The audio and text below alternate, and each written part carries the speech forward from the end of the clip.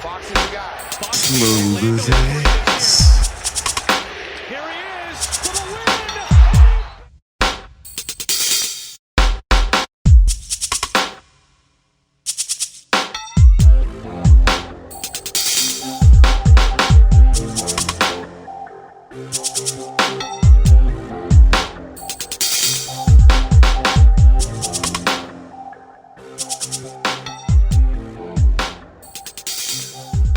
Winter is here. Welcome to the Industry Special.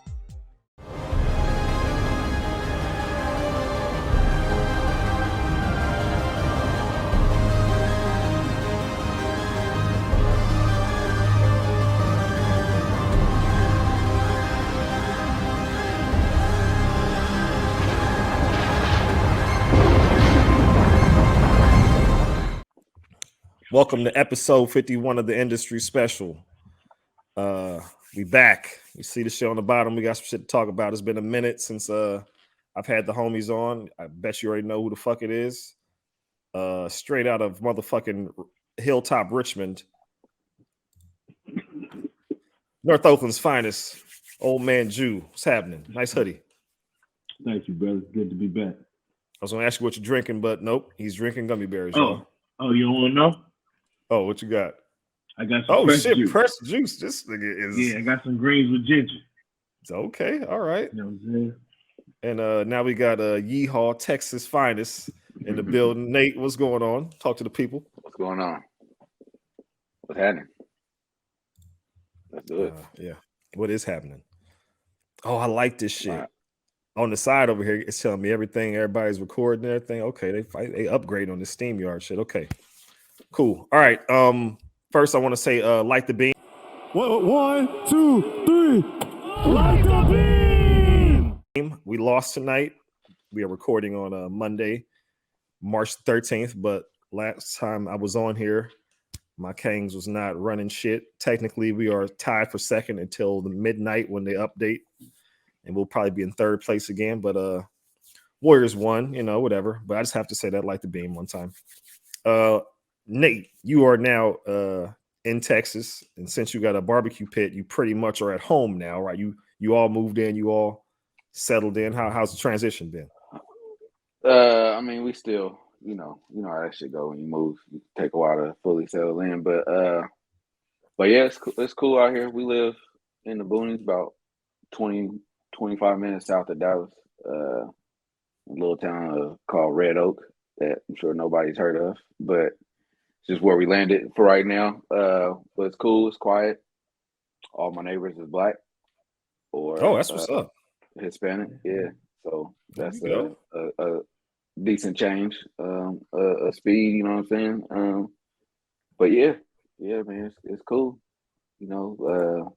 Can't say I hadn't had a chance to do a ton yet since I've been here because I've been so busy. But wifey loves it out here. She's had time to kind of explore and do a bunch of shit. We done ate at a few decent spots, few decent barbecue spots. The Mexican food though here is trash. The Tex-Mex, I can't get with the Tex-Mex, but everything else has been solid so far. So yeah, man. Damn, bro, you closer to Mexico than we are, and it ain't hitting, huh? It's not hitting. I can't. The gringos ruined it for everybody. Hey man, it might be somebody out there that loves it. Obviously, they love it here because it's Tex-Mex everywhere. But I'm used to that more so authentic, shit. And I feel like California, we get closer to the authentic shit, especially if you're in LA. If you're in Southern California, then fuck LA. Excuse me.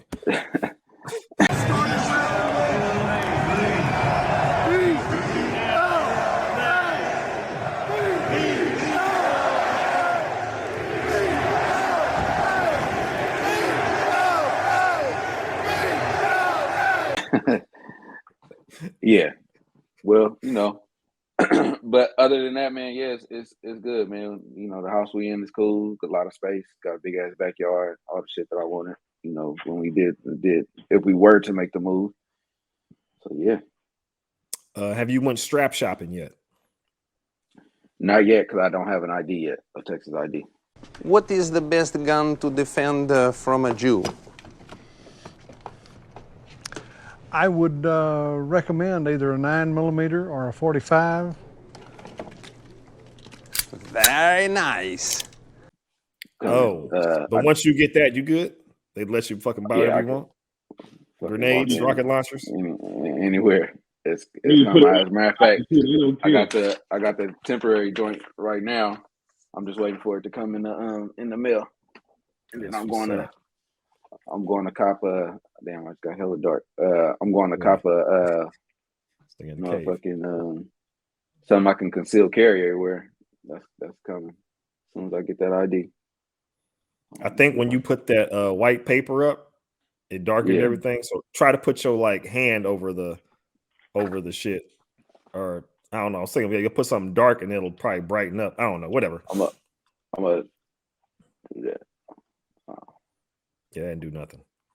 All right. Well, we'll figure it out. Maybe it'll adjust. Look, it ain't like we printing this shit out on paper or nothing. So yeah, you said on the Super Bowl you did a little barbecuing. What all you throw in the pit? We kept it simple that day. Just some bunch of chicken, some links. I made some burgers.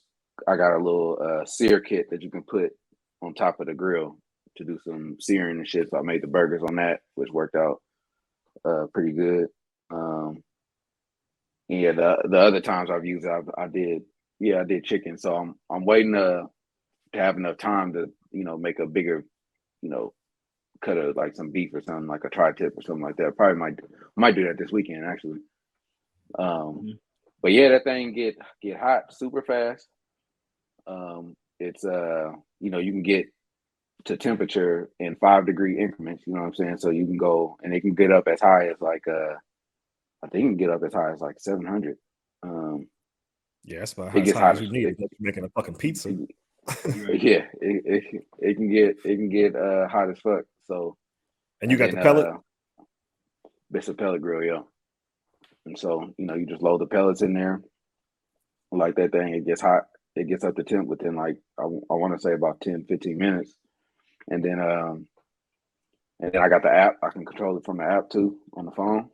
You can monitor the temperature and shit, and you can do everything. I could turn it off from the app. All of that shit is cool. It's a beast, and it ain't even the biggest one that they make. I got like they standard or they flagship model. It's called a Rectech, but it's dope. Happy with the investment. I might still get a charcoal grill though, a simple, little basic one, just to be able to do something different every now and then. But yeah, I'm loving it so far. Sound like you got everything you need. No, yeah. I mean, I wouldn't need another one, but sometimes you might want that charcoal flavor though, depending on what you're making, So needs to turn into Tom Horseman over here. You about to have like 100 grills. You got a garage and everything? Yeah, but I got it outside though, in the backyard. Got a cover over it and everything. So it's straight outside. Yeah, we ain't got enough room in the garage right now for me to throw it in there. But it's cool back there. Got it locked up and all that shit. So hell yeah, I'm gonna have to do some videos and send y'all next time I Yes, sir.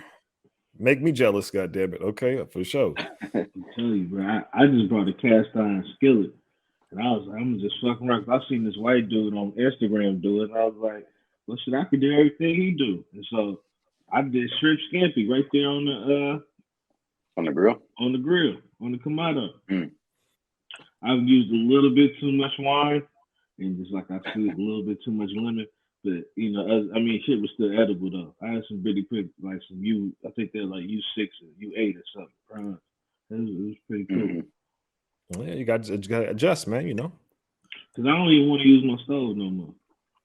It's just counter space. Okay, all right. For real. Nigga, every time you cook it, you going outside. Everything going outside. But I kind of got to slow down because shit get expensive.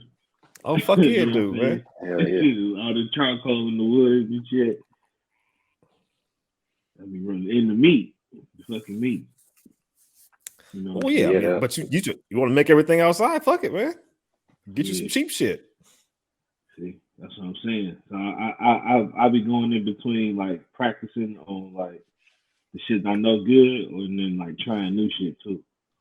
Get some chicken thighs, man. Ain't nothing cheaper than chicken thighs. I just did chicken thighs, dog. Bone in too. They slamming. You should always buy skin on and bone in. They'll charge you hella much. It's hella easy to take that shit off.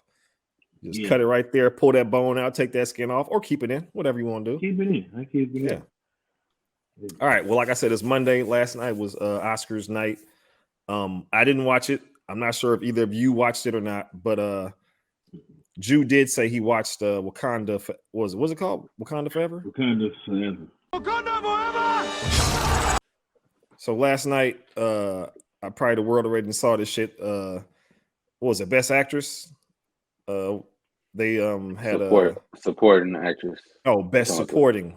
And they had Angela Bassett up for it, but they gave it to Jamie Lee Curtis, and Angela Bassett was not happy at all. Jamie Lee Curtis! She didn't applaud. She didn't smile. She was looking like about to walk about this bitch. Fuck all you white people. Has she won before? I don't think she won nothing. I think it's just Halle, huh? Well, that's not even that. That was lead. That was lead. Actually. Yeah, that was best actress. I think some black people won supporting roles. Well, yeah, Viola Davis. I don't think she has. Yeah, she hasn't though. That's crazy. Right. Awards and nominations. Here we go. Damn, she got a whole separate page of shit. She's won. That's a Golden Globe. She got 2 Golden Globes. One for Wakanda Forever and What's Love Got to Do with it. She's been nominated for like 15 BET awards. Never won one. Where is the real shit? Can we get the Academy Awards? How far down do I have to go to get to the Academy Awards? Or was that the first one? Did I miss that? So yeah, she's been nominated for Best Actress. What's Love Got to Do with It? Didn't win. And then Best Supporting Actress this year, Wakanda Forever, and didn't win it. So yeah, she ain't won shit. But Jew, you watched this movie. How was she? You think she? I mean, obviously you didn't watch every movie that other people were nominated in, but how you think she did? She did good. I mean, she does great in every role. It doesn't matter what the role is. She's gonna nail it. You know what I mean? But the movie overall was just okay. It wasn't as good as the first one, of course. But I ain't seen either of them. The first one was real good, but it's just hard to follow that, and especially after Chadwick passed, you know. Was Michael B. Jordan in this one too? Briefly, but Briefly. he wasn't. What? So he got too big for this shit now, huh? He like I'm the new Rocky. No, Rocky. It was just his character got killed, but he was like on some. I'm in your dreams. He made like a cameo. Oh, okay. Yeah, like I said, I don't know nothing about. Oh, that's why you didn't see it. You know, in the first one, they got him out of there. It was all right. It wasn't great, but I enjoyed it. It was entertaining. What's funny about that is I was talking to somebody, a coworker, when I was out there recently, and he was and he white, you know, and he was like, we were talking about like, you know, shows and movies and stuff that we had seen recently, and he was like, I took my kids to see that god awful Wakanda Forever. I was like, and so I'm listening to him because I'm like, okay, you know, I understand it wasn't amazing. He was putting a little much on it, huh? Yeah, a little extra, you know what I'm saying? So, and then he said something else. We, you know, kept talking. And he said something. I think I talked about.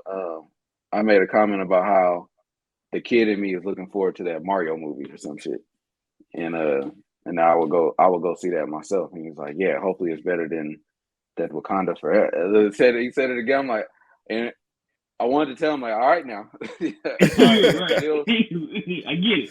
You know what I'm saying? Like these movies don't have nothing to do with each other, bro. Why are you comparing these two? I mean, I'm just saying we don't get that many a year anyway. So for real. Just all right, chill out a little bit. You know what I'm saying? So yeah, that's kind of sums up my feelings about the movie. It's like it ain't obviously it wasn't as good as the first one, but I appreciate it was that. still yeah, exactly. Okay. So this everything everywhere all at once. Did I even say it right? Whatever. That shit won like everything. Yeah, no. It won like 9 of like the most important awards. I ain't seen it. I ain't never even heard of the shit. I watched it this I week. heard of it, but I definitely didn't see it though. But as Nate was saying before we started recording, the little Asian homie from Indiana Jones is in there. And I think he was in the Goonies too. Goonies, yeah. Mm-hmm. That But was dope to see. He hadn't acted at all in 20 years. I think he had just got an agent right like 2 weeks before they started casting this shit, and somehow, some way, they like put him into like I guess some role that's like super in depth, and like he's been doing martial arts, like training motherfuckers for like choreographing martial arts scenes and shit for the last 20 years. Very Asian of him, you feel me? No, He was a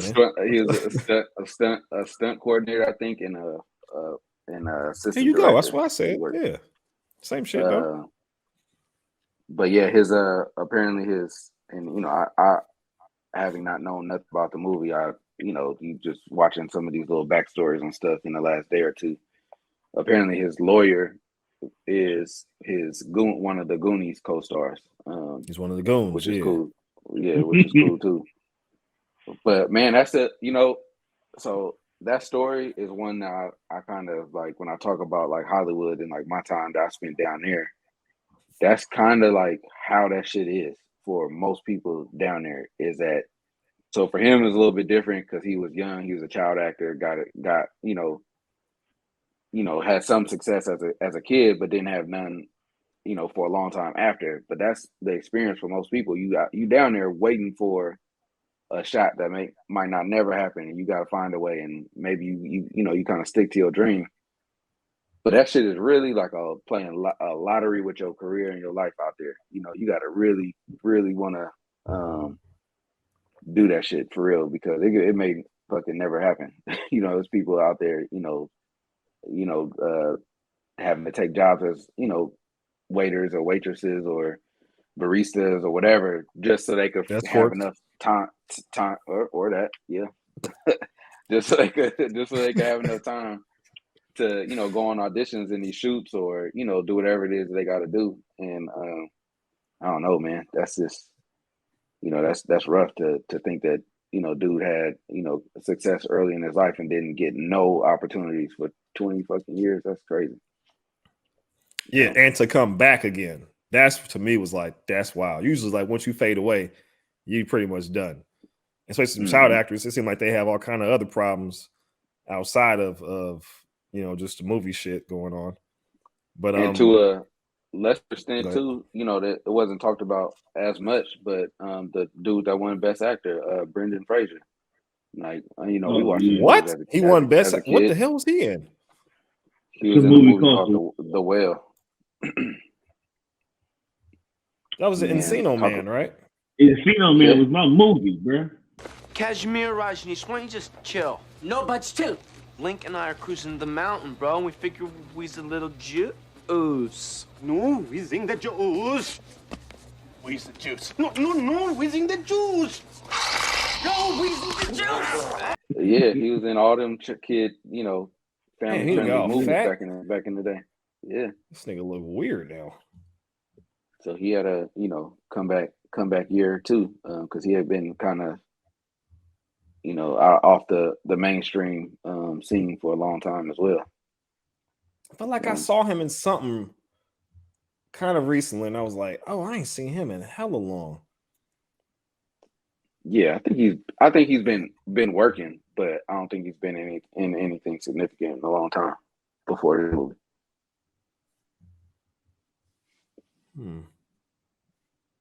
Yeah, I don't see what it could be. Whatever the case. I'm gonna have to go check them out. I'm gonna have to check out that movie though. The Everything Everywhere at Once. I'm gonna have to I have to watch that. Drew, you got homework to do. You got to watch everything all at once, everywhere. Yeah, I could do that. And we'll all come back What's together. I'll do Is that the right Saturday. title? What is it? Everything, all at once. everything, everywhere, all at once. Yeah, that's what I was saying, right? Yeah. Yeah. Everything, everywhere, all at once. Yeah. Directed by Daniel Kwan. You know, some dudes might have the coin, but they'll never have the quan. What is? So yeah, that was that. Next topic, which is down below. Silicon Valley Bank collapse. Nate is in the tech industry. This is hitting you a little closer to home than me and Jew. This thing probably ain't never gonna touch us. But I mean, it ain't gonna touch me either. And I mean, I wasn't that familiar with what was going on, but it's sounds like it's because it sounds like that bank. Most of the startups use the bank, and that. Hold on. So let me. I got a synopsis of notes and facts I've been digging into all afternoon here. So, Silicon Valley Bank, right? $210 billion in funds. That's a lot of money. That just pretty much got wiped the fuck out or yanked from under them. Now you got taken over by the government. Second largest bank failure after 2008. CNN's blaming the CEO for this, saying that he allowed it to happen, Greg Becker. But it seems that Peter Thiel, who is the founder of fucking PayPal with Elon, also the first investor in Facebook, he seems to be the first one to be like, yeah, I'm taking all my money out. He is he has a company called Founders Fund where he's a venture capitalist, invests in, like you said, these startups and these companies. But some of these startups and companies also, as you said, have their money in there. But he was number one. He was like, I'm taking all my money out. And he got Elon money, damn near, right? Right. Then he starts telling his homies, hey, man, y'all might want to take y'all shit out too. But he ain't telling everybody. So I'm like, okay, this seems a little fishy. Obviously, most of this shit's fishy, right? But he done pulled his money out. He done told a couple of his homies, like, I'd be like, if I took my money out and y'all was like, hey, Jew, Nate, I ain't telling them other niggas, but you need to get y'all money out. But also the rest of them, they do business with me too. And so they all going under, they all losing their money and shit. Also, a fun fact, this guy funded Hulk Hogan lawsuit for Gawker. He gave his lawyers $10 million and he won $140 million. So, because they ousted him as gay. So this motherfucker got money to throw around and he's a little bit of an asshole, it seems. Very, very rich, very conservative. That too. All the motherfuckers is pretty much conservative though.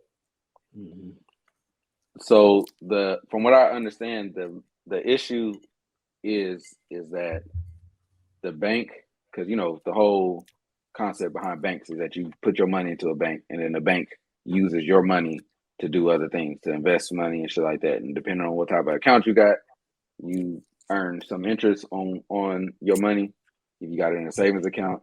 But basically what ended up happening is that bank bought some bonds, a bunch of bonds with the money, with, you know, deposits from people who use them as a bank. And since they bought those bonds are now worth less than what they're worth now. And so when you pull your money out of the bank, especially when you pull in a large amount of money like what, you know, Peter Thiel pulled out, they have to go and sell those bonds to be able to give you your money. But at a loss. Yeah, they're selling it at a loss.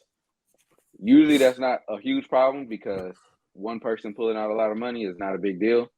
But then when a motherfucker starts saying, hey, Baby, I didn't know you became hey, motherfucker.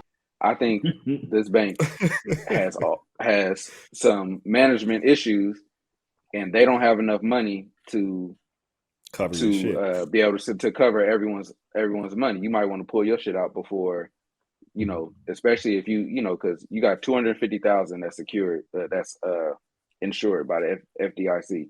Anything over that could be completely could be lost potentially. And so so that's basically what ended up happening. That's what they're talking about it failed due to a bank run. Is that and the reason why they're saying the CEO is at fault is because he announced that shit for no reason. So they're saying like this is his fault because he's the one who publicly said that we don't have enough money to cover. Yeah, like that. Yeah, that they oversold or whatever the term is for that shit. And so yeah, it caused mass hysteria. So everybody starts trying to pull their money out, and the bank doesn't have enough money to cover it, and that's how a bank fails. And then you got the government that has to come in, and the government is basically saying we'll make everybody right no matter how much you had in a bank, which is important because we talking about startups big and small. It's not just like little companies with 5 people in the office working. No, we talking about companies that employ a lot of fucking people. So if they couldn't make payroll, coming this week, that's why the government had to step in, because you had a lot of these startups that potentially wouldn't have been able to pay people starting next week, which would have, if the government didn't step in, it would have caused a way bigger problem. But now we got another bank that failed, and then another one that's soon to potentially fail, First Republic, I believe. So I don't know. It could be signs of a much bigger issue. And apparently, the reason why this was also caused was because Trump rolled back some basically some risk management regulations for banks that allowed banks to operate at a much higher threshold than they were able to before. So you have to Google all that shit. I'm nowhere near an expert. That's just my understanding of things after reading a couple articles. No. Yeah, you hit it off. I was painting this picture to ask y'all, do y'all think this is just a one-off, or is this gonna be the snowball rolling down the motherfucking mountain? Ooh. For people like you and me, it won't. I think it'll be a while before it affects us, but it'll have a trickle effect, I think, because banks failing are a sign of economy that's not doing well, and they're already talking about recessions and all this other shit, and so it could speed that part of things up. But we already seeing the effects of that. People getting laid off like crazy right now, and that's one thing that could affect me more so, less so the bank shit, but more so like companies getting spooked by this shit and saying like, oh, okay, this is where shit's headed. Maybe we should, if a company was thinking maybe we could make it through, this year or some shit like that. Well, I don't know. Maybe we do cut some people and try to save some money now. So who knows? But we'll see. We'll see what this. We won't know for a few months though. Oh, we will see. Yeah. Jew, you got any thoughts on this? You scared or fuck it? Just gonna ride it around like it's another day. Yeah, I'm just gonna hold on for dear life. Jakie to nudne. Nudno, nie? Tu na tej kolejce. Ja chcę wysiąść! Ale przecież ta kolejka jest nudna. Nie. No serio? Nie.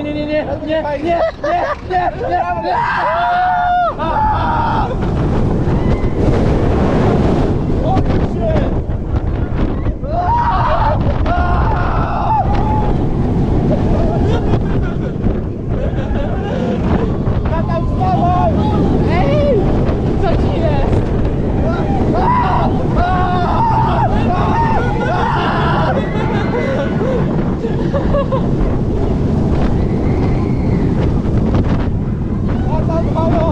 Ej, obudź się!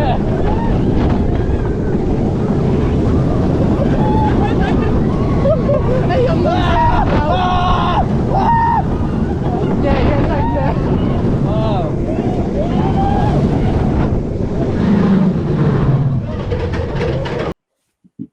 This niggas, Holding on. That's it. All right. Well, speaking of holding on, I've been holding on to the motherfucking heater. It's still cold as shit. I mean, obviously Nate is gone, but he got his own weather problems. But up here, I felt like I called it warm, but it would have been a frigid day 3 or 4 years ago. But it's been so fucking cold and so rainy and so fucked up that I was like, oh, 2 days in a row. Like, oh, I was like, nigga, I don't need a jacket today. What's shit, you know? I got so used to. I know. I'm just saying, dude. I'm used to fucking shivering, nigga. It is cold as fuck out here. Oh my gosh, it's been so cold. It was 22 degrees the other day. 12 storms in 22 days. Serena looked out the window and saw the tree like resting on our car. Not something you see every day. A tree blocking westbound lanes of Interstate 80 right before the Yerba Buena Island Tunnel on the San Francisco-Oakland Bay Bridge. We woke up at 4 a.m. and then drove up from San Francisco, a group of 6 of us, because we wanted to see the snow. The trailhead signs, like just seeing the sign for Stinson Beach with the snow falling on it is pretty cool. Cars were left submerged, some got towed away. At an unprecedented weather event, levels of rain that are reaching historical levels. Okay, I don't know. I know it's windy up there by you too, but shit, you work from home. I got to go out in the streets and go get some work. Nigga, I be my skinny ass. I ain't ready for it. It was hailing, it's raining, flooding. Nigga, it snowed on the fucking bridge. It snowed up in the nigga. I went to San Jose last week, and all the fucking hills are covered in snow. Nigga, it looked like I was in Tahoe or approaching Tahoe. It's crazy. And supposedly we're supposed to have the second Pineapple Express, but it never.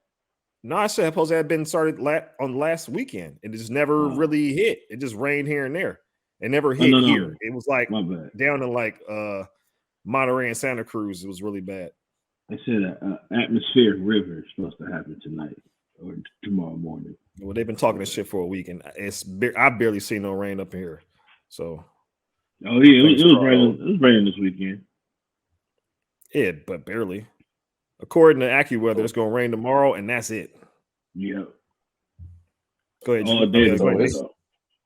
It's been rain. So I know y'all are getting rained on and stuff, but like whatever y'all get turns into like here really bad thunderstorms. And I think last week was probably the worst. I've seen it when it got out here, and the rain here is different. It'd be like 70, 80 degrees outside, and it's raining and shit. And and talk about new fear unlocked. We had tornado warnings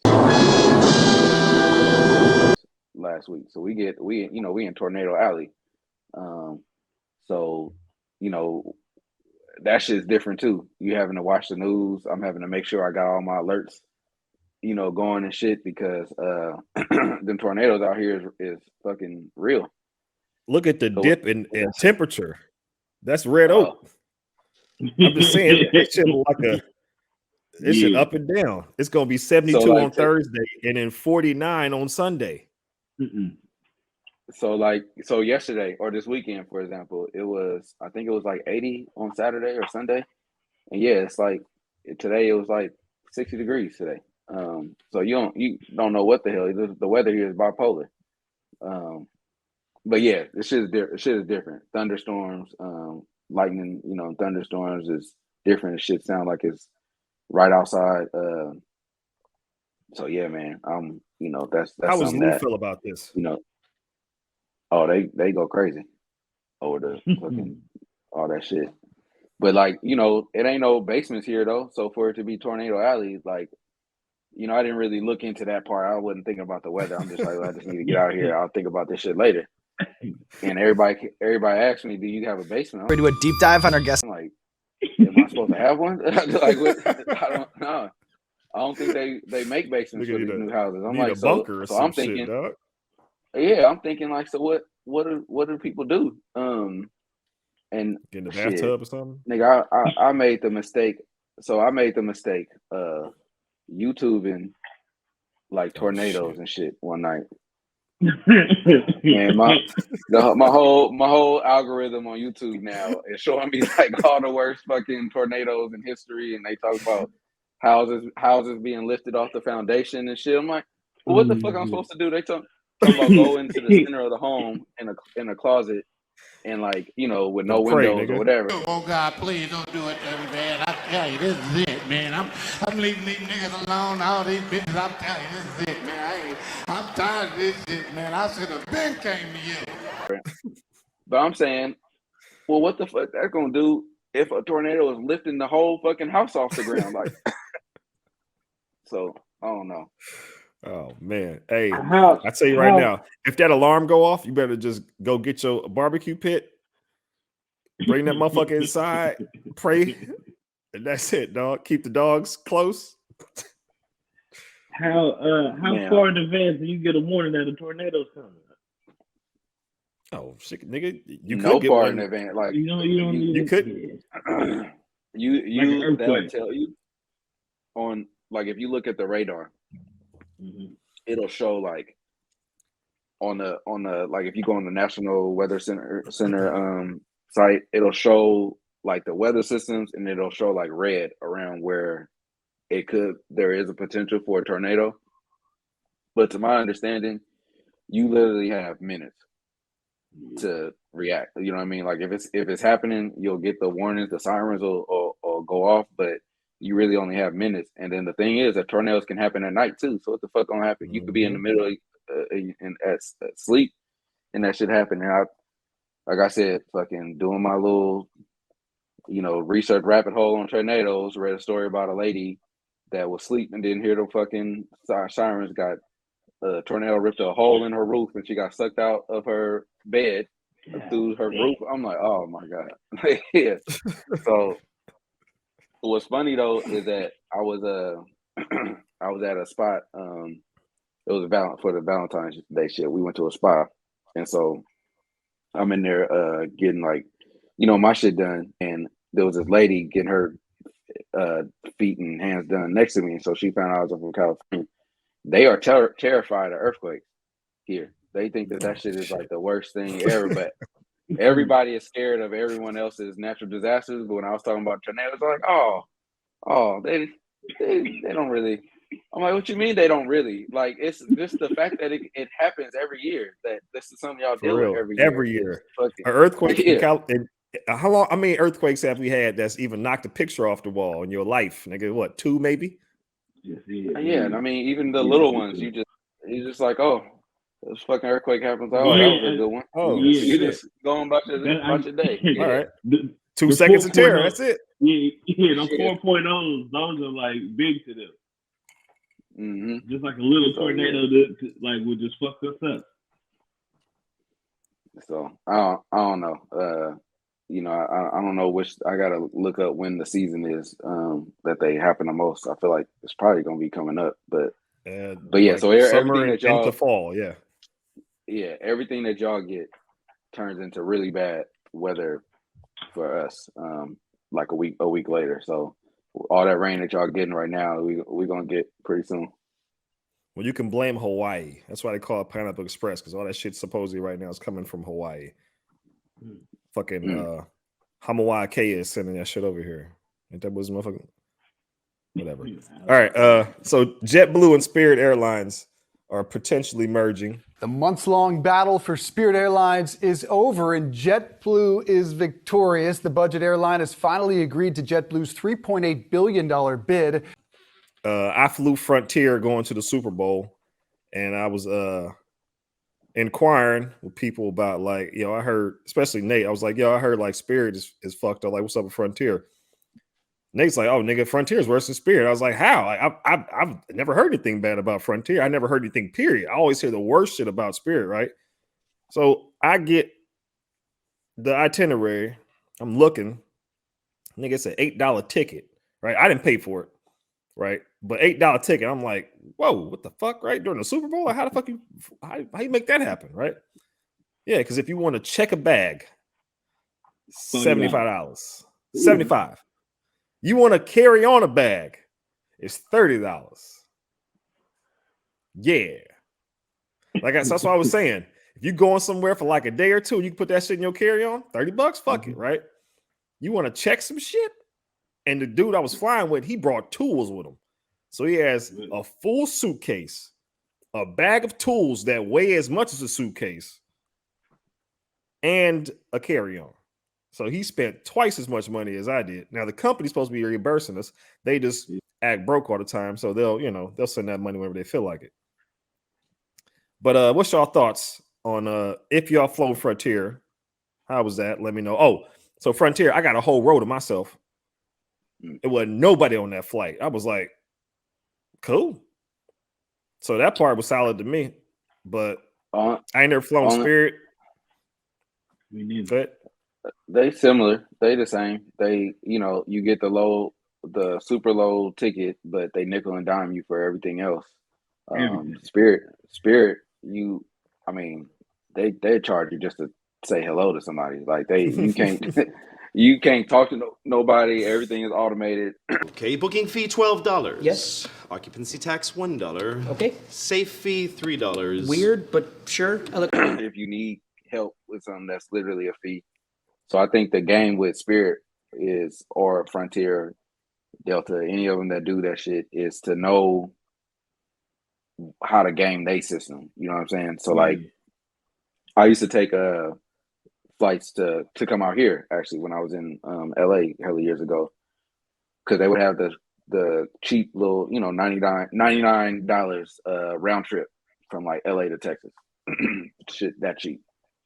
And sometimes I'll be out here for a week. So there's bags that, I got a bag from Walmart one time. I still actually have it, that is considered a free carry-on. And so as long as your bag is under the size, then you're good. A personal, so bag, personal item or some shit. Yeah. Yeah, it's considered a personal item. But yeah, the goal is to not have to check shit on there. Or if you do, understand the cost. And that's the problem with these airlines that do this, is that, your average person who don't fly that often or doesn't understand what these airlines do or why they give you these tickets so cheap, you end up booking the flight and and then you go to check your bag, or you have to not realizing you'll have to pay extra to do a carry on, and then you get extra $50 both ways, or $75 or whatever the fuck it is. And so that's why people be getting so pissed off at Spirit, because we flew when we went to the Laker game that was a Spirit flight. Mm-hmm. Coming out here, you had people arguing with the ticket people, about these extra fees and shit that they were not aware of, and then coming back. Man, there was a dude who got off the plane and was like, he yelled at the top of his lungs, "Fuck Spirit Airlines!" He was like, "Fuck this airline, fuck these workers!"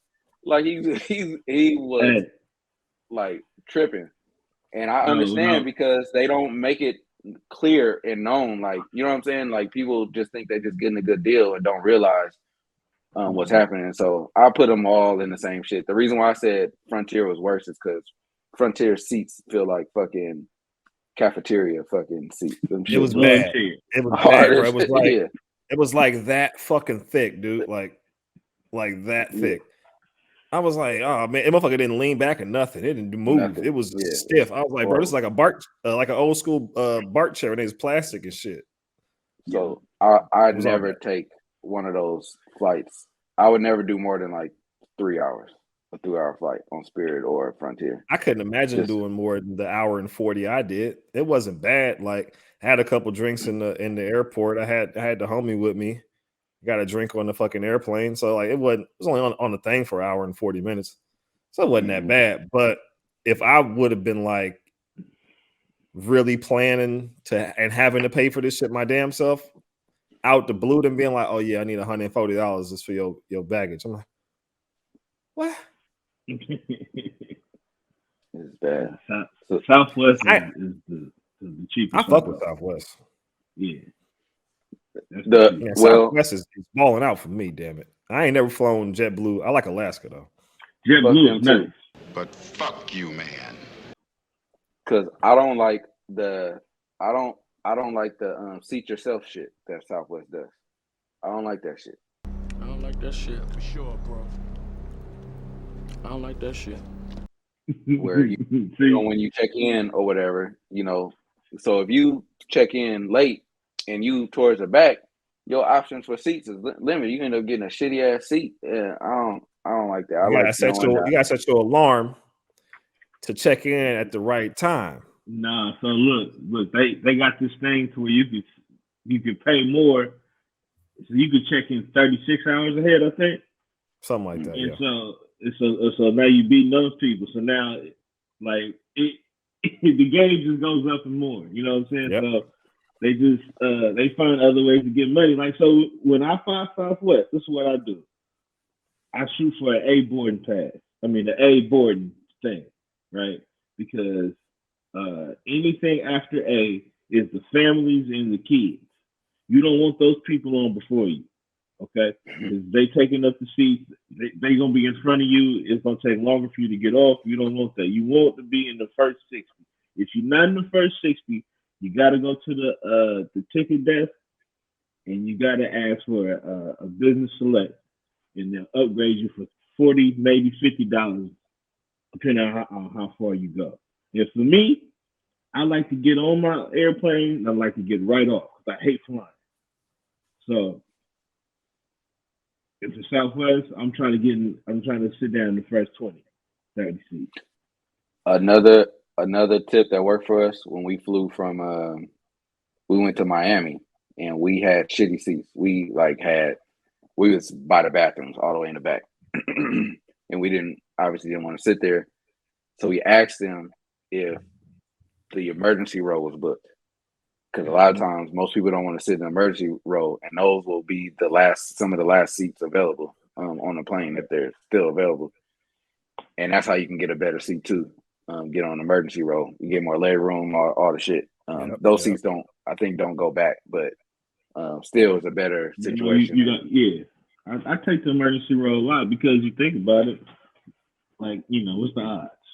Hey, I had never known about the whole shit with the emergency shit. And when I went to Vegas in 2020, whenever the pandemic was like getting bad, but like Vegas was like, yo, we open and we giving away shit for free, nigga, just come, right? So I hopped on a fucking flight and they just asked me, it was like, sir, you're tall, you want to sit in the emergency lane? I was like, I'm looking there like, there's nobody in front of you. I was like, oh, fuck yeah, let's do it, right? Nigga, I had so much leg room. I was like, oh, this is great. But I remember when we went to San Diego, I could have swore me and Ben was like in either the back row or the second to back row. Nigga, we thought we was gonna die. It's like the back, that motherfucker just go. It's like that motherfuckers get twerking. We was like, oh shit, this nigga Ben looking like, nigga, we're gonna die. I'm like, I hope not. I was like, bro, I bet you in the front, niggas is asleep. But back there, that shit was going ham. That's also the other way too. Is I always make sure I'm tired when I fly because I just go to sleep and just wake up and you there. And I've only fallen asleep on a flight one time, and that was on the way back from Washington D.C. when we went in 8th grade, and that was probably because Adele let me sleep on her titties. Don't sleep on me. And I was a little baby. I was just an infant. Nigga. I was like, yep, I'm out. I can only sleep long flights. From like short flights, I don't really like short flights no more because like I just be so anxious then. Like I'd be ready to. I don't know. I don't like flying no more. I ain't been on a long flight in hell long. I think I just went to Houston back in February. And I had that ain't long, is it? Was it like 4 hours? Oh, you had to do the I had to switch. But yeah. I mean the longest flight I had when I went to New Orleans, I want to say like 3 years ago. I had to fly I had a straight to Houston. And that one I had straight to Atlanta. So that was 6 hours. I went to sleep on that one for sure.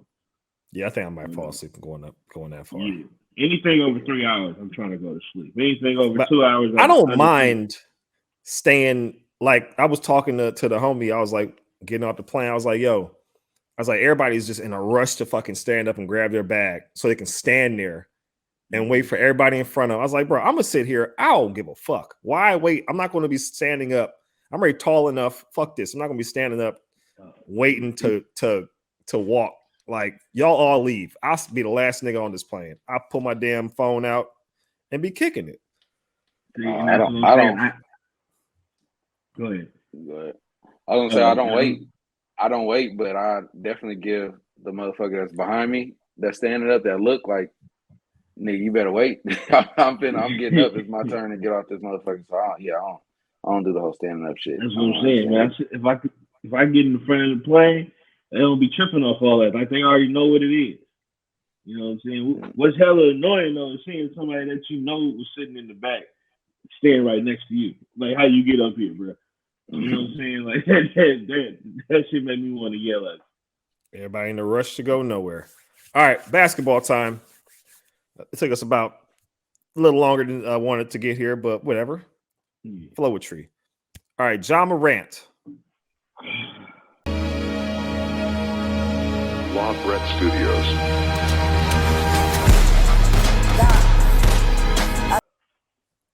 Now, we've been talking about this nigga doing shit, and it's been small shit. Bigger things than what should be allowed in 2023 for a young black man to just be doing who's got that much money. Like, you know, the writing's been on the wall, and now the shit's hit the fan. So, for the people who don't know, I'm gonna just give a couple of little bullet points on the shit that he's had to deal with over the last, maybe 2 months? So his friends got into an altercation with the Indiana Pacers on the bench. After the game, the car that Ja Morant and his daddy got into, there is a laser beam pointed at the Pacers bus and staff, which they took as a threat, like it could have been a laser mounted on a firearm. He denies it. There's no evidence. Gets brushed under the rug. Supposedly he has teenagers and young people in the community come over his house, play pickup basketball. Gets to an altercation with a teenager, punches him multiple times in the head. Allegedly. Then goes in the house with the strap, comes out, pulls the gun on the kid. He denies it, gets brushed under the rug. Now, all of these have been investigated by journalists, to which they think that there's a goddamn problem. His mom's in the fucking mall. She gets into it with security guard at the shoe store, calls Ja. He shows up with 2 cars full of dudes. They threaten the security guard, and then they mush his face. He denies any wrongdoing, brushes on the rug. Journalists say, nope, something's more going on. His daddy, drunk on the bench. Daddy's drunk on the bench, gets into it with Shannon Sharp, who's also drunk because Shannon Sharp's yelling at Ja or the team because he's a LeBron and a Lakers fan. He got a $3,500 granny sweater on, about to beat somebody's ass. He about 6'3", 250, all muscle. Nigga look like a thoroughbred horse. Okay. All problems. Country's a sugar sandwich. So they get into a shouting match on the court. They had to have fucking security break it up. Ja and his crew somewhat kind of get into it, but that's not a direct Ja thing. That's his daddy. And then a week ago, I think, last Friday, he's on IG Live at a strip club, flashing a gun. As Nate says, you're gonna flash a gun. Why you got that little thing on you? It was about this big.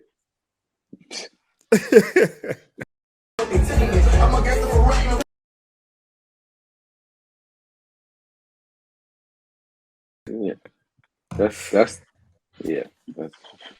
ridiculous. You missed one though. There was apparently another incident with his sister at her basketball game, and I can't remember the full.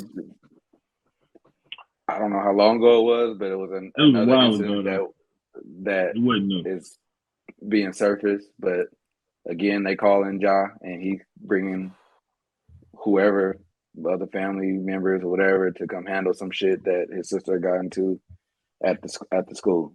So, yeah. All right. Well, I have planted the seed. Y'all, give me how y'all feel about this? What y'all think it needs to happen?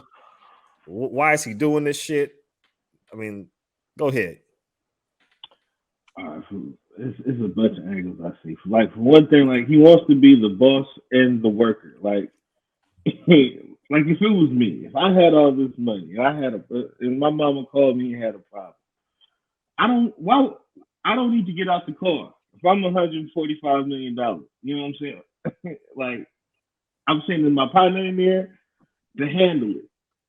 However he handles it is however he handles it. He gets back in. You don't even got to tell me about it. Did you handle it? Yes. Cool. We out. I'm not I'm not finna go do it myself. There's no point in that. So I don't know, man. It's weird. And another thing, like people be like, "Oh yeah, somebody got to go talk to him. Somebody got to mentor him." Like his father is right there. His father. Like if his father's not going to get through to him, ain't nobody gonna get through. So I think, fortunately, nobody really got really harmed. Nobody's going. No, you know what I'm saying. Nobody's going to jail. He, he got caught before. They caught him before he did something real stupid. But now he got to go through the circus, man. He got to show him. He got to show him he's a whole different person to try to keep this money. I thought that he was just about to sit out and just, I don't know, read a couple books or something and just come back focused and ready to ball. Like I thought this was 100% like just doable. Like, I was tripping for a minute, but now I'm back. I could do it. But no. He gotta go to a rehab. They have him in counseling in Florida. Right. How long do you think he's going to be there, or do you think you think the league or the team is saying, "Hey, bro, you got to stay away for X amount of days"? Because obviously they're not going to give him a test on like what have you learned? Are you still a bad boy? Like, can you pass this test or nothing? This one, you got to stay away for a certain amount of time. You think it's going to be a week? You think it's going to be 2 weeks? Think it's like, okay, you come back for one game with the playoffs left. Like, what do you think is going to be happening? So, like I said,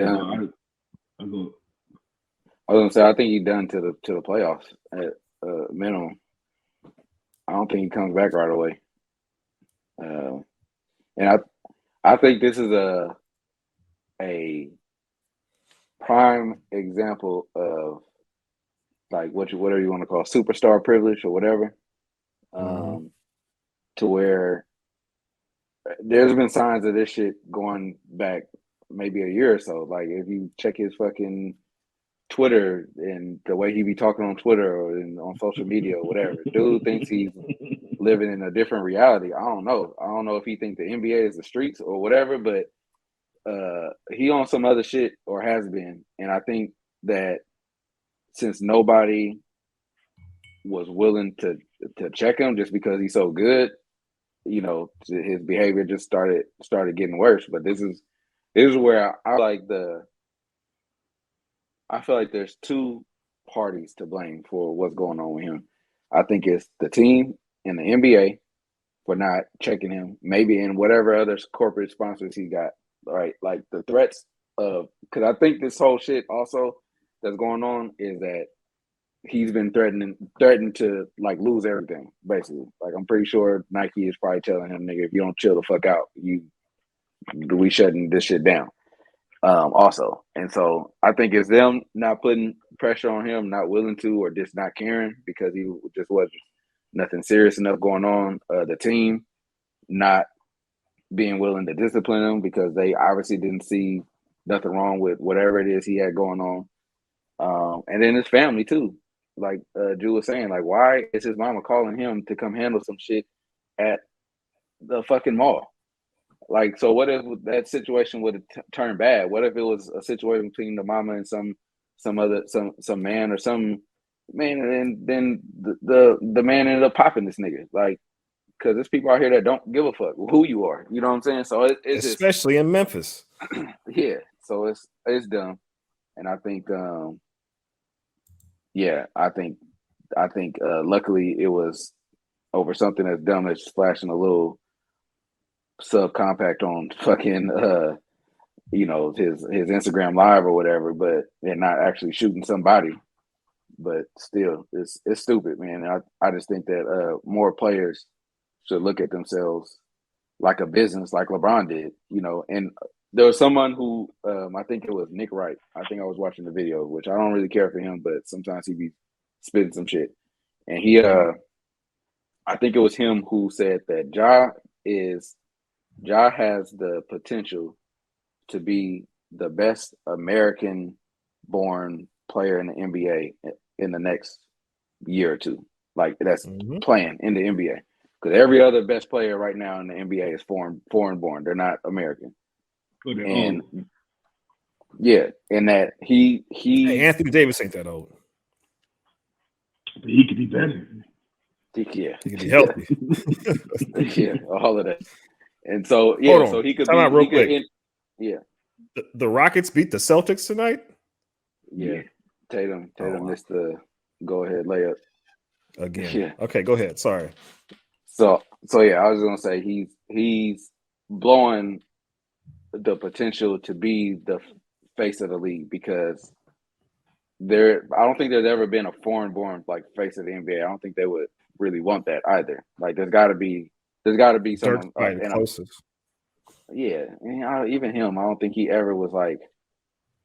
They're not putting him front and center. You know what I'm saying? Like they did Kobe or like they're doing The LeBron. closest, I'm saying the torch got to be passed to somebody. LeBron got another maybe 3 years in the league, and then it's gonna have to go to somebody else. He got that much.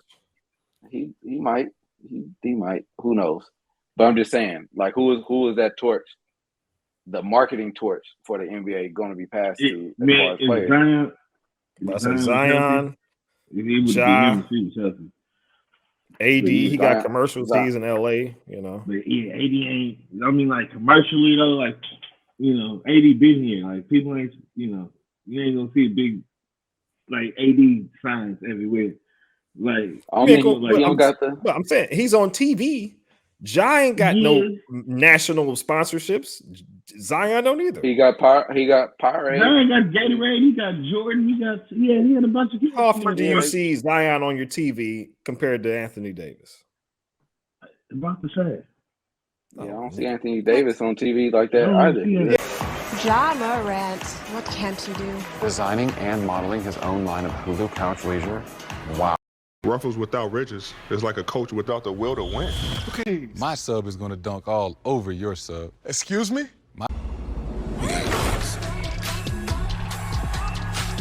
Rated E for everyone. He has commercial deals. He does fucking State Farm. He does fucking all kind of shit. He's in LA. They want to give him everything that he can have. Zion has what? I still don't feel like he's got the star factor though. And I feel like Ja got that because he's got the personality that, like the bravado and all I that agree. shit. Both of them do have it, but at the current time right now, Anthony Davis is I see him on. I don't even watch TV like that, but if I'm watching sports channels, he's on hella commercials. And he's bland as fuck with a unibrow, but he's in LA. He's LeBron's little homie. LeBron's probably nudging him into deals, I'm saying he's not going to be a bigger star. But Ja is damn near fucked that up at this point. I don't see him being able to come back from this. Powerade doesn't even do deals with athletes. They said they haven't done a deal with an athlete in like 5 years, and they just gave him a deal like about 2 weeks ago, and now they about to rip it. Yep, rip it away. He's going to be like the face. You see that picture of him in the strip club with the stripper on him in the room, just him and the stripper with like 100,000 bills everywhere. Yeah. Oh, this is terrible. Nice guy. That's how you know he got a problem. You in the middle of fucking Colorado somewhere, and you doing all of that in this little ass spot like you in Magic City or something. Like, man, come on, man. He needed an intervention, man. Bro, he looked like he's about to be. He looked like he was asleep, like he was slumped. They say he went straight to the club after a team only meeting, player only meeting, and when Steve Adams basically called him out and said, "We need to focus on the road. We need to stop going out so much. You know what I mean? Like watch film maybe or something. Need to set an example. All that leadership shit." And then, you was just like, "Well, look, you ain't talking to me. I got to go kick it. I got shit to do." That's that superstar privilege, man. You gotta be more professional than that, man. And he gonna learn, especially with him missing these games, which I posted earlier of him finna lose what almost $40 million if you don't make if he doesn't make all NBA, yeah. That if there's anything that's gonna straighten you up, nigga, losing 40 million should do it. Yeah. That's a damn shame, man. For real. All right. Well, over something stupid. Doing a lot of dumb shit. Big time. Now we can get to Western Conference like the beam again. 1, 2, 3. Like a beam! Again, like I said, Sac is technically in second place. Obviously, Denver's in first place. We'll get to Denver in a little bit. But as of this morning, Sac's odds to win the Western Conference, not the championships, just the Western Conference, 33-1, which was 8th in the West. That's what Vegas thinks of Sacramento, that they are going to, that they have the 8th best chance just to win the conference. De'Aaron Fox is still leading in clutch points. He's 20% more clutch points than the next best player. How do y'all feel about what the Kangs is doing and how the media is portraying them? Or do y'all also agree that this is just a regular season anomaly somehow, some way, and they are still the 8th best, if that, in the conference? I think I don't think this is an anomaly. I think y'all are trending in the right direction. And I think y'all could probably get a first round. If y'all can get second or third, I think you can get a first round. I think you guys are better than Dallas. And I think you guys can get the Clippers in 7 too.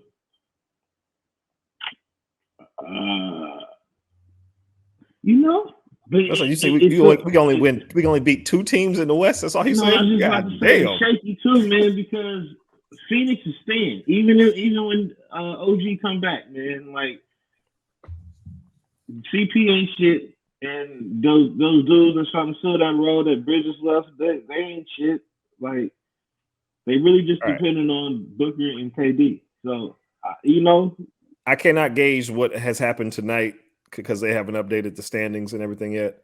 But if it started right now, we'd be playing what? We'd be second seed going against either what? Minnesota. How they do it? They do 7 through 10 now. So Minnesota, Dallas, Utah, Oklahoma. We'd be playing one of them 4. I feel like that's an automatic win in the first round. Okay. And so you're trying to say is we can beat Phoenix and the Clippers, but we ain't gonna beat the Warriors. That's what you're trying to say. No. I feel like that's what you just underhandedly just said that, Jew. Y'all might get us at 6. Standings here. If Andrew Wiggins doesn't come back, then we don't have to talk about our team. But now that I think about it, everybody's slipping so much, man. I would say you guys got better odds than that. I'd say about maybe 25 to 1. I mean, we are like the second healthiest team, I think, in the league. We've only had Keegan Murray missed 2 games because he's our starting small forward, power forward, whatever. Him and Harrison Barnes are pretty much the same fucking person. And he missed those 2 games for personal reasons. Other than that, we've had the same goddamn lineup all year. Knock on wood. That's the recipe for success, dog. You see it. That's what I'm saying. You see it. I'm hoping that it lasts, but shit.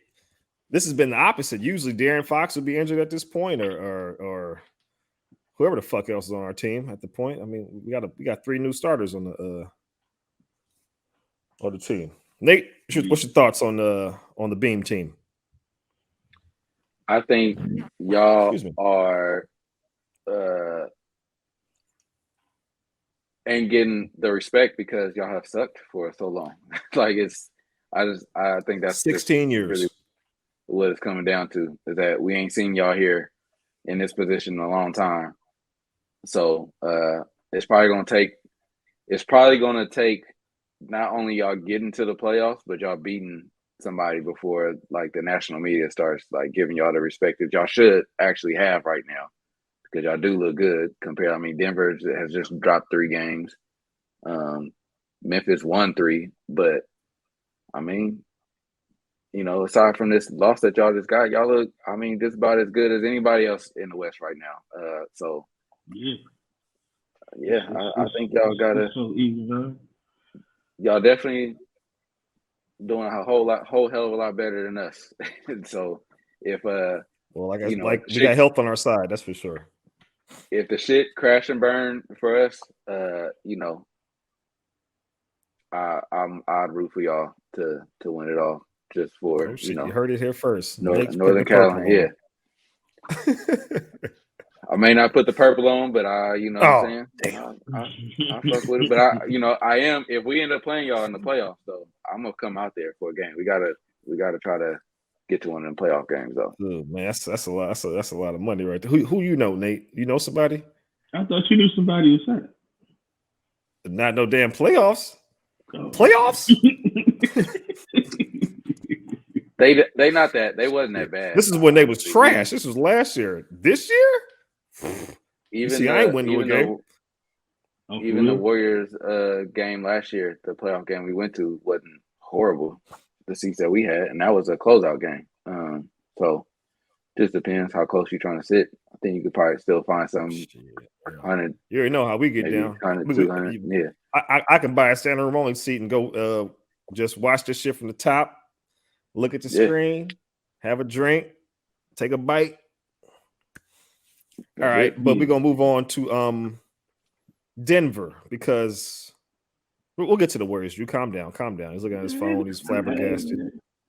We're gonna say that for last. But Denver, Jokic, right? So statistically, he's having one of the greatest seasons in the history of basketball. The last 3 seasons he had, if you combine those into like just a group of 3 seasons, this might be the greatest 3 years anybody's ever played statistically in basketball. Obviously, these numbers are hugely inflated, but still, he's efficient as fuck. It's not like he's just Russell Westbrook out here. Almost said Wilson.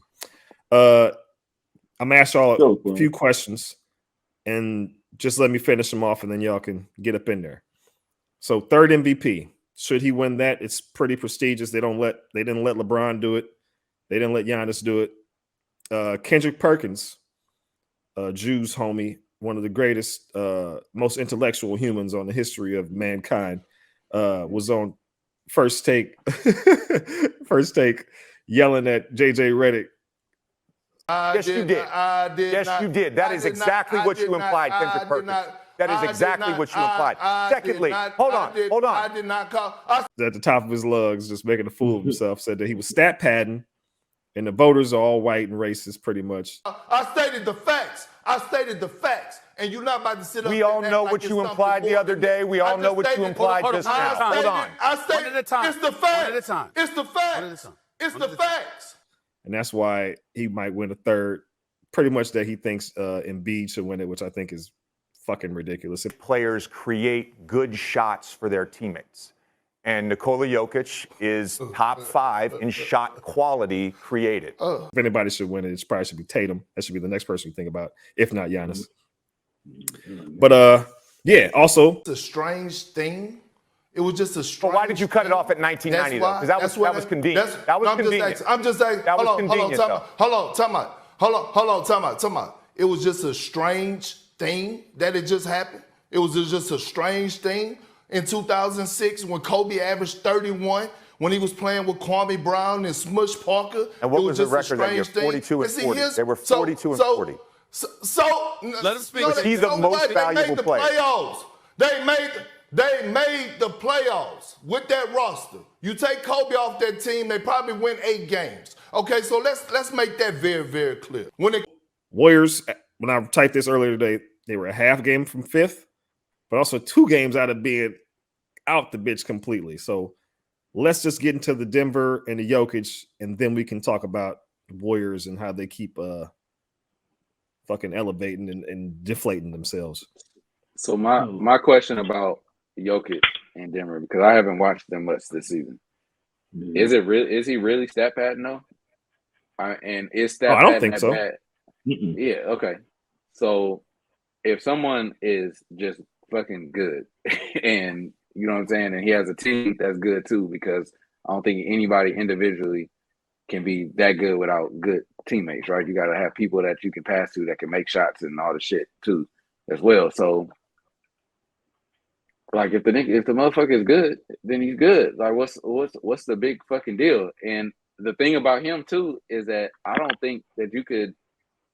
He's the type of player that I mean I haven't heard this, but I feel like he would have been good in any era he played, and as good as he is right now.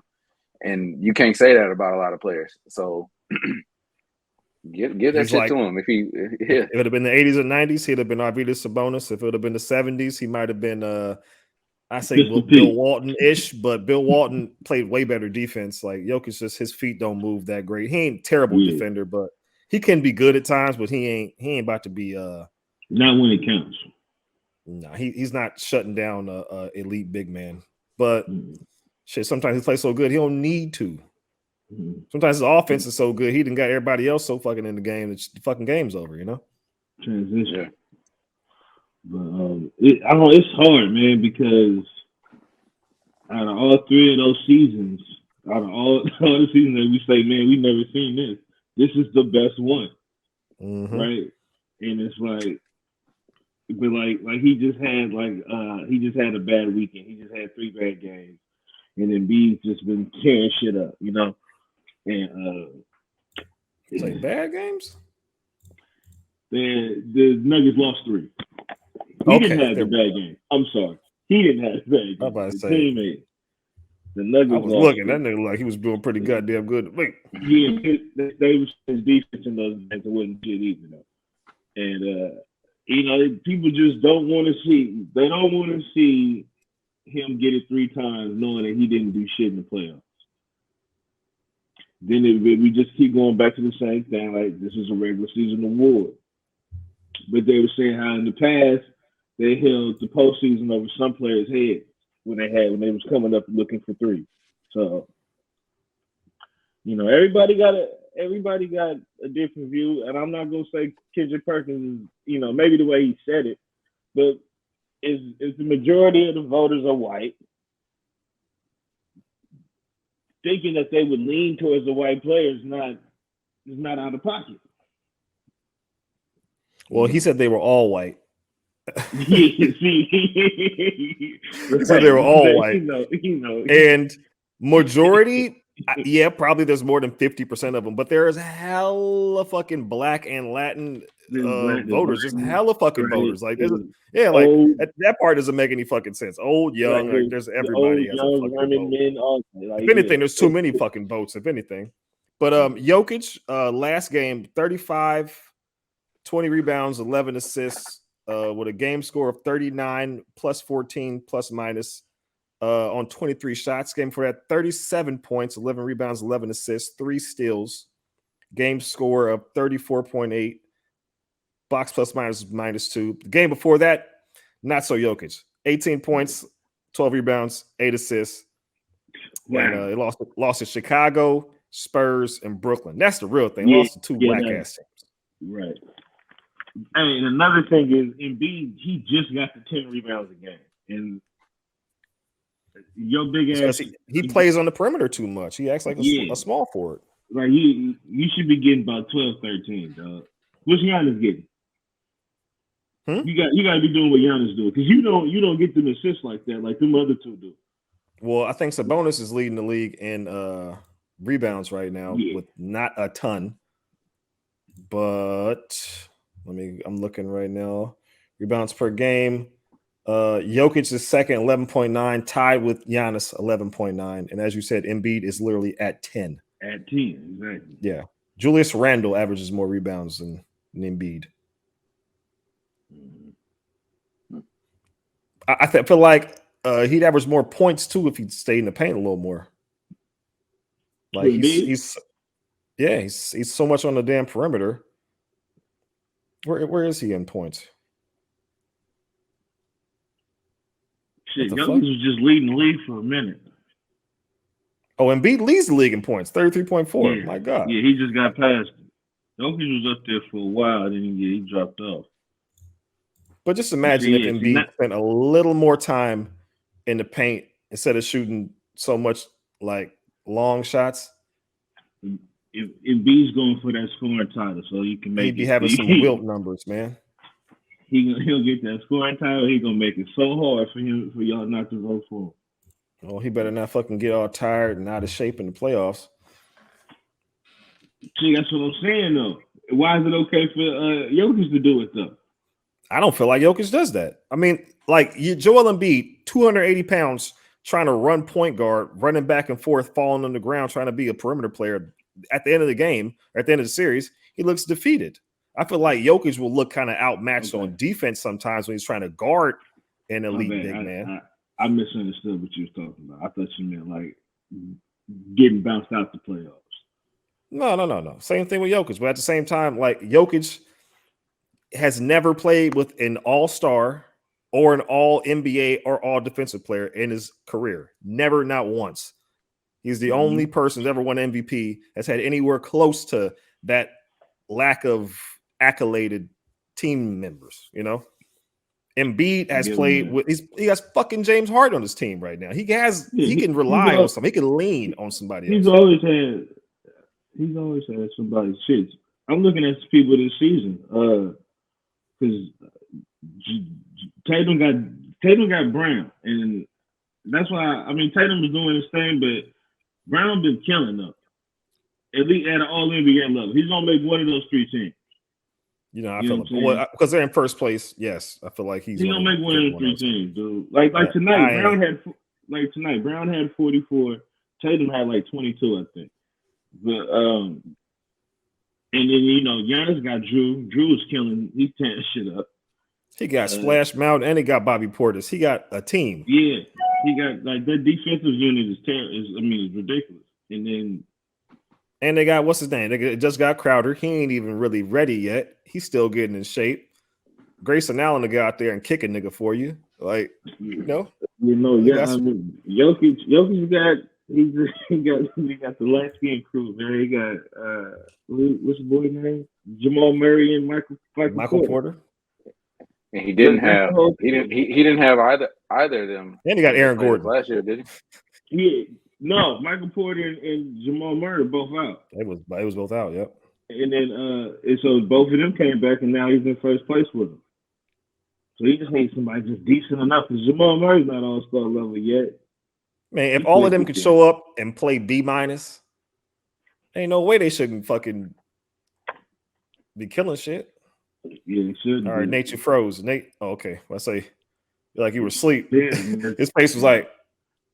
All right, Warriors. Go ahead, Drew. You've been waiting on this. All I'm saying is you're gonna rip the hoodie up. It's gonna be a motherfucking Chris Mullin jersey on. I'm just saying, man. If anybody ever doubts the value of Andrew Wiggins, you see it now. Our perimeter defense is just ridiculous. It's terrible. You know what I'm saying? How many games has Wiggins played this year? Shit. Man, our defense has been bad, period. So, but yeah, no. When you taking out another 15 and 7 out the lineup, yeah, and then they came at different intervals. You know what I'm saying? He had the groin injury, then he caught the virus, then he came back, and then he jumped out again, and then just with the Warriors, it's like about 7 different things just toppled on top of each other. And then that's what's going on with the season. From the punch to Wiseman to the front office not being instinct, to the players not trusting each other no more, then the road struggles just. I mean, but even with him being back though, and even with him being in the lineup, that didn't amount to wins, especially on the road either. But our starting lineup was one of the best in the league on both ends of the ball. And yeah, still is, but was even better with him there. But yeah, without him there, I don't know. We look fucking great at home, and I think anybody trying to come and win some games against us in the playoffs at home is gonna have a hard time. But I don't know. We'll see. We'll see if they can fucking do some great in a month from now, or we got to get through these road games because if they continue doing what they're doing, we might slip out of some shit over the next through the end of the season. But I don't know if we can get there, if we can get to the playoffs, stay out of the play-in and get to the playoffs. I still would put my money on us to do something. What is do something? Win the West. If Wiggins comes back, he putting his money on it. I want to know what he's going to put his money on. Okay, what are you I putting your would- money on, mate? I got to be honest and say that obviously the confidence in the team ain't there because there's no reason to have it with us having one of the worst fucking road records in the league. All right, so you're betting the barbecue pit. Are you saying you're winning the West? Or are you saying you're winning a round? I think we could get out of the first round with whoever we would end up. So he's betting the pit on a round. Okay, you think you can get to the conference finals? Betting the pit, man. I mean, fuck. Who would we have to potentially play? We'd have to get through. It depends where. It's a lot, I know it depends on. I'm just thinking. Say we were to land at 6, the way things are right now. If we were or 5, I should say. So if we're at 5 and we're playing Phoenix. The standings are right now. I think we could beat Phoenix in 7 games. So then after that, you play whoever wins between Denver and the So can you beat Denver in a 7-game series in Denver, in the mountains, in the Rockies, at strip clubs? We just got to get one game. If we can just get one on the road and defend the house. You got to get one on the road and then win everyone at home too. Yeah, that's what I'm saying. I think we can do that. But Dude, no, you guys aren't the only one who plays terrible on the road. Most of these good teams play good on the road too. And the problem they with can go Denver, win a game somewhere. I get the problem with Denver is that last year Jokic didn't have nobody, so we just ran him in circles until he got fucking tired. Last series, he looked like he was ready to pass out at the end of every game last series. But now he got everybody back, so I wouldn't. The second unit is where we can win with Kuminga and Poole and Ty Jerome, nigga, say it. Say his name. Yeah, I don't think he's gonna make it to the playoffs because you in the playoffs you only gonna roll with 8-9 people. GP2 come back. In fact, they just said they just put something out 10 days. He's gonna be reevaluated, but they were feeling pretty optimal. Yeah, they can try. So evaluate the nigga all they want to. If we can that's all we need, dog. Just get our dudes back. Right now, like having Poole, Clay, and Steph on the court at the same time, it's all bad. It's all bad. Yeah. Defensively and then offensively too. Sometimes that ball don't know where to go, and they just put it anywhere, and it's not the basket. So, we need some people back so we don't have to play those bad lineups. Mm-hmm. What happened to Anthony Lamb? Did we let him go, or did we sign him? Two-way players only get 50 games, 50 regular season games, and he hit his 50. Ty got like 4 or 5 more, I think. But what happens after that? Can't you sign him? Yeah, you can put him on the roster. roster. Yeah, they can sign him. That's what they're saying. They're saying they can sign him, but they haven't made. They got to I think April 9th to make the decision, because that's the last day you could put people on your team that would be eligible for the playoffs. So they got to. I think they're gonna wait the whole time till April 9th to make the decision. But yeah, I mean, I guess you sign Lamb just for to be the last person on the bench. But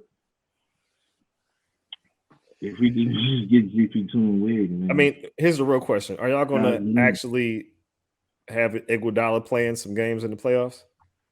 He played 15 minutes. He played some minutes. He's played 7 games. Yeah, but that's what I'm saying. He is Udonis Haslem. He should be there. Put your suit on and stay on the bench. In the first round, you get some minutes. In the second round, you probably might get a cameo. And then the deeper you get, you're not gonna play him. The deeper it gets, the tighter your minutes get, man. So what I'm trying to ask is, y'all gonna use up a roster spot with him having a uniform on? Oh yeah. He's gonna be he's gonna be on there for sure. I would play Jermichael Green over him, though. I would get those minutes back to him. Yeah. I don't think he's gonna get many minutes at all. But I'm just saying, he'll see the floor a little bit. But he just did some shit today against Phoenix, some OG veteran. I'm over here, and I'm going this way, he can still do a little something, So yeah, I got us winning at least series, but I don't know. After that, we'll see. I wouldn't wouldn't bet nothing on anything beyond that. We gonna see. If my boys don't come back now, we dead in the water. Oh, Jesus Christ. You got way too much faith in that, man. All right. You don't get it. So I don't get it. All right. So before we get up out of here, let's get a little let's, we ain't gotta spend too much time on this. I want to talk about the CBA negotiations and what could possibly be happening with that. And then the All-Star weekend, thoughts on how that shit went down. I was at work for most of that, so I didn't get to see it live as much, but I know y'all was in your seats a little bit for that. So CBA negotiations. Me personally, I think this MAC contract shit, obviously this is helping out the owners, and the players can, they can find a way to make a good living on that because they got these, contracts to opt out, blah, blah, blah, blah, blah. But then you see baseball, where everybody says it's fucking dead, but then everybody gets a $300, $400 million contract. Motherfuckers you ain't never heard of. Like, Jew, how many Padres games have you watched in the last 3 years? None. They got 4 shortstops on the team making like $300 million plus. I only know one because he's the son of a former player that used to be kind of good. Fernando Tatis Jr. And it's the only reason I know him because he's the junior. But over there, make as much fucking money as you want. They don't care. There's no cap. They got the tax shit, right? But if you got enough money, you don't care about that shit, right?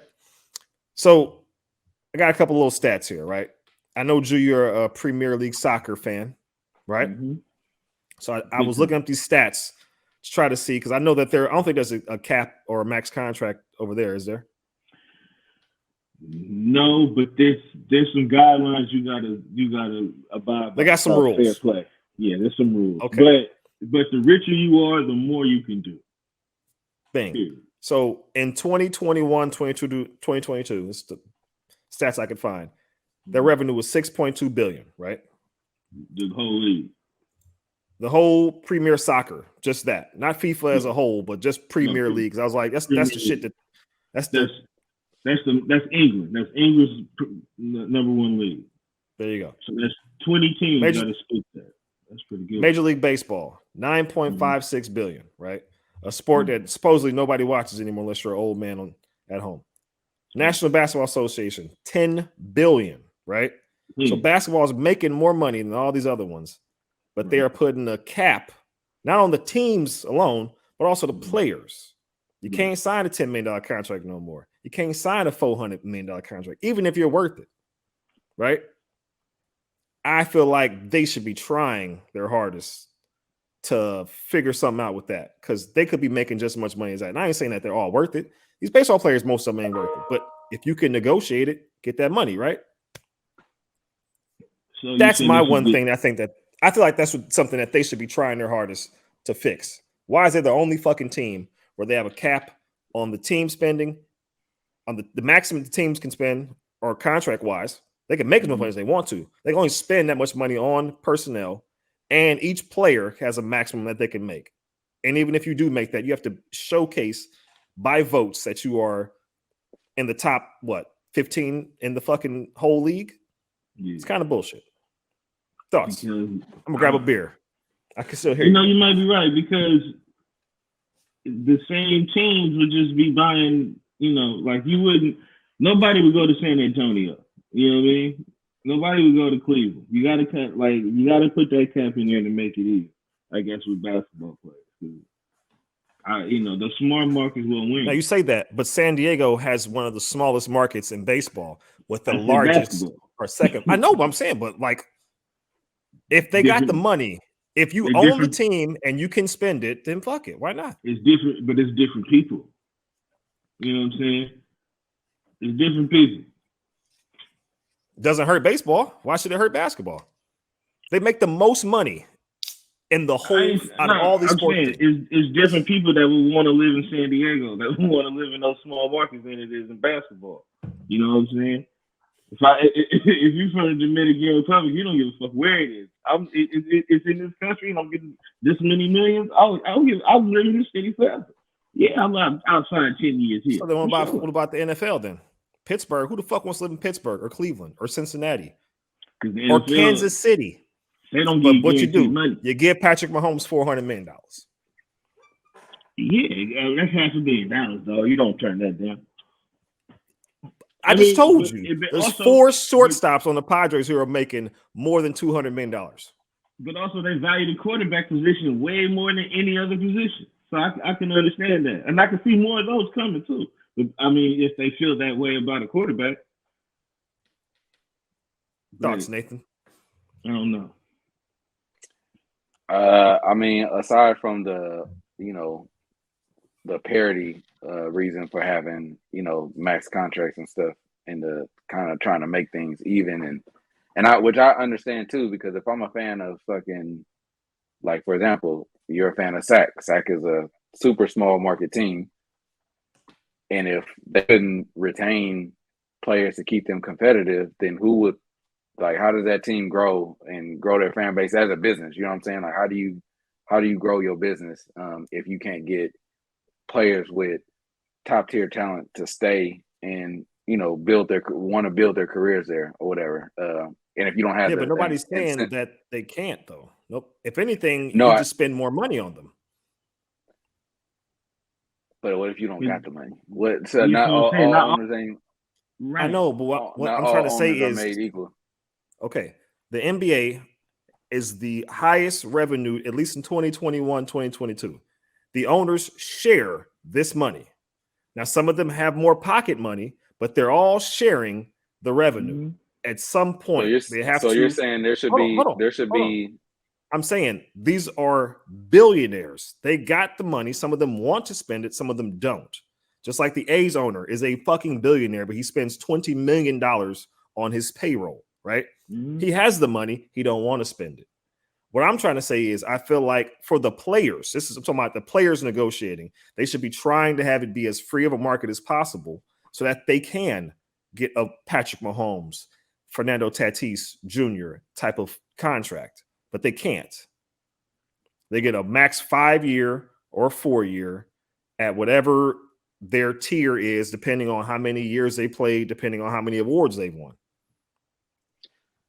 I understand that, and I agree. But I'm saying that I appreciate there being some level of, like, rules in place so that there is some, you can have to, well, I want to say maybe over the last decade or so, people can try to use the whole Warriors excuse and stuff like that. That all happened with KD coming to the Warriors was a matter of a bunch of shit happening that made that shit happen, or made it possible. A bunch of fluke shit, really, that made it possible for us to get Kevin Durant with the other players. But aside from that, the contract. Yeah, people outperforming their contracts. Steph getting hurt. You could go all the way back to, like, even them deciding to trade Monte Ellis instead of Steph. Like, there's a butterfly effect almost of that happening. But aside from that, like, I would want to say over the last 10 years, even with the Warriors in Cleveland going to the playoffs, I appreciate seeing superstars on damn near every team, or not superstars, but really good players damn near on every team, and they're being, it being a bit more competitive. Especially, like, you didn't have some big battles in the East over the last decade and in the playoffs, and same thing in the West. And I'm just saying, I don't know if I would be as happy to see, just because I don't know who's the richest. Say the Warriors, for example. The Warriors probably got the richest most ownership, money, and they ain't won a championship in 50 years. And I'm saying that I don't know, just because the Knicks got all the money, if I would want to see them getting fucking, I don't know, Giannis, and then fucking Anthony Edwards, and then, like, a bunch of whoever they could afford to pay or willing to pay, and they all going there just because. But that's never happened though. This max contract shit is fairly new. The Knicks had this money forever, and they tried to buy teams for years. Kevin Garnett's the reason why they put this max contract shit in, right? The player still has to want to go to a team, and if every team can give their player as much money as they can afford with the cap, they still have to cap figuring out. But shit's different now too, because now you got players playing GM as well with each other, and I feel like you would probably have that though, because you already got players doing it with this max contract shit, finagling their way to playing with each other and shit. I mean, it may be, but I don't know. This thing I see too about the players is that if I go to somewhere and I go to the Lakers, Lakers say we're gonna give you 300 million for 10 years, right? That's 30 million a year. But just like you said, like I'm on a different tier. I'm down here at this tier, and that's 300 million, cool, and I'm locked in for 10 years. But now I get better, and I see other motherfuckers jumping me getting 50 a year. But now I'm in year 5. That's why in baseball they have options for this. Fernando Tatis, or no, Manny Machado, he had an option. He played 5 years of that contract, opted out. The team was like, "Cool, we have no choice. Opt out. We'll give you another fucking contract." A-Rod did it too. That happens in the league, right? If I get but after 2 years, not after 5. When's the last time a player in basketball had any type of contract, even close to these other contracts I'm talking about? They don't have the option to. Just like how the other day you were talking about how, like in football, you hate that franchise tag because it kind of locks them in and it makes them stay there. In basketball, you can only sign the maximum is 5 years. Baseball, you can sign as much as you want. Football, you can sign as much as you want. My thing was about injury. Like when you get locked in on that franchise, you get hurt. That's it. You're done. If you tear your ACL, you know what I'm saying? At least in hoop, you locked in. You know what I mean? Or at least you got that last year option. At least get you some money on the year that you tore your shit up. You know what I mean? You don't have to play on the last year. You don't have to play with basically no security in basketball. But there's a ceiling. There's a ceiling in basketball. It's a ceiling. I get it, but shit. The max contract you sign is the max contract that they are allowing you to get. You cannot negotiate anymore. That's it. You better hope you can get a Pepsi deal or a goddamn McDonald's deal. Just like Nate said, bro, in basketball, everybody gonna gang up. Everybody gonna have a big 3. It's gonna be 6 teams with big 3s, 2 teams with. We had that with this system going on. This is like the first time in a minute that they kind of just got away from it a little bit. I think it's too much. It's too much shit to try to work out to try to give people them long contracts like that. Because then, what if you locked in for 10 and then you see a bunch of players start getting hurt? What if they lock Kawhi in for 10 years and he gonna drag his ass in here for 5 more years and play? Nobody has signed a 10-year contract without options in there, team and player. I'm not about to give you control over me. If I'm a player, I'm not about to give you no team options. Absolutely Nigga, the not. team has all the control over you if you're playing in the NBA. You don't have any control. That's the whole thing. You have a max contract, or you can be a free agent and get significantly less money. You know how I'm saying? You can make that option and say, hey, I want to stay here 1 more year, or hey, I want to opt out. If you hella good, the team's gonna be like, oh no, lock in there for 6 more years. Like, motherfucker, I don't want to be here. Okay, my whole point, because you're statement to miss is every other sport, you can negotiate you and your agent with that team, whatever the fuck you want. NBA is like, nope, you want a maximum deal? That's all you can make. But that's hella money, though. And you can make a whole lot more. This is the most lucrative sport in the world right now, is what I'm trying to say. Yeah, I get what you're saying, but I got Nate's point a little bit more. He's caring about the parity. I don't see players giving teams options over them. I don't see that. If anything, I would say I would be in favor of the NBA raising the luxury tax threshold, so that if you as an owner are willing to spend a bit more, you should be able to do that. But there should still be a limit to it for fairness, I think, so that, if you are owner that, say, like the Warriors, willing to pay hella money, hella bread and luxury tax just for the sake of winning, and you got the pockets for that, it's going to come at a huge price. And if you're willing to pay it, then so be it. But but there's going to be a limit to it. You can't do that shit forever, because you still, at the end of the day, it's a business. You want to make money, not lose money. And winning games and championships, as much money as they spend in luxury tax, whatever you get for winning and with marketing and endorsements ain't going to make up for them hundreds of millions of dollars that they spending on a luxury tax or whatever. So I'm in favor for changing something. I think players do deserve more of the pie. What that ends up meaning, I don't know. We'll see. But Well, I don't think I'd you be. said that about the luxury tax and all the tax and everything.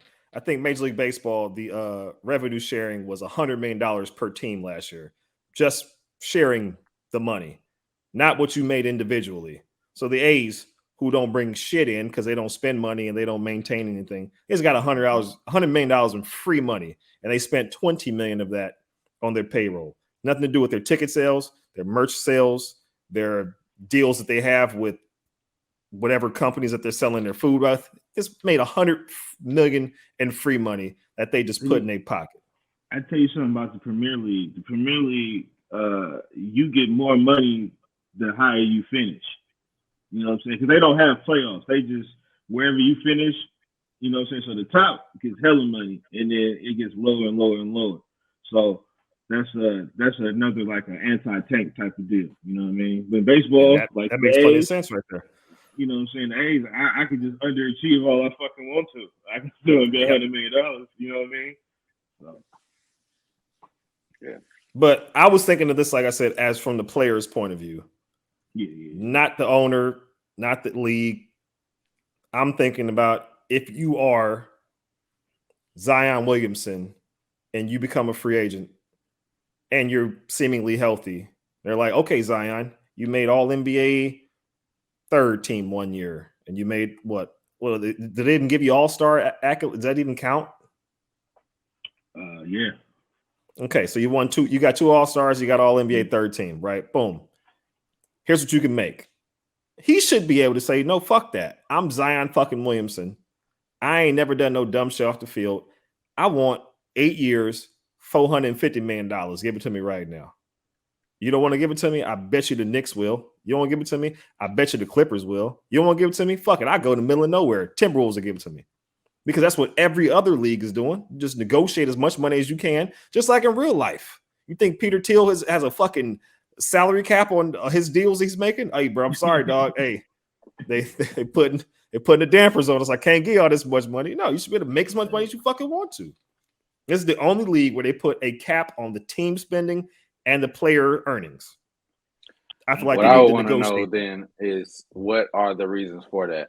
Does the league put more into the insurance for the players, or are there extra benefits that the league is paying for? Is it all just I think the last CBA they tried to negotiate something like that, and they got a little bit more to TV money, but it was like percentage points, like literally 1-2% more. Which is, I mean, that's not not no money, but still, it's like you get more money in the pot. You get more money in the pot, but you don't get more money as an individual. So at that point, you got JaMychal Green who can make $10 million, but then your best player in your team is making $40 million when he could be. Steph Curry is mean so much to the Warriors. He could say, "I want $80 million," and they could pay it easy.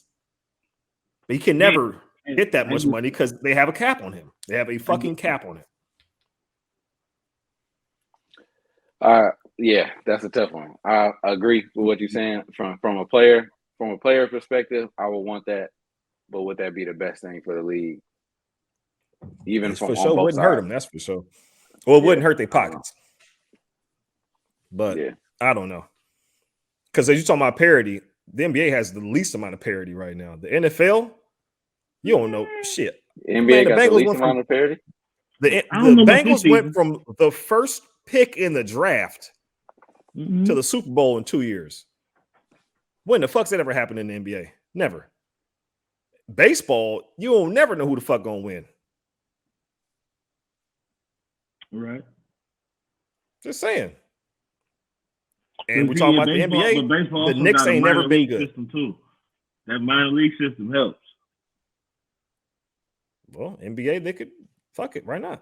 They got the G League. They got the Unite shit. Like, I mean, that might change too with this two-way thing too, because you got.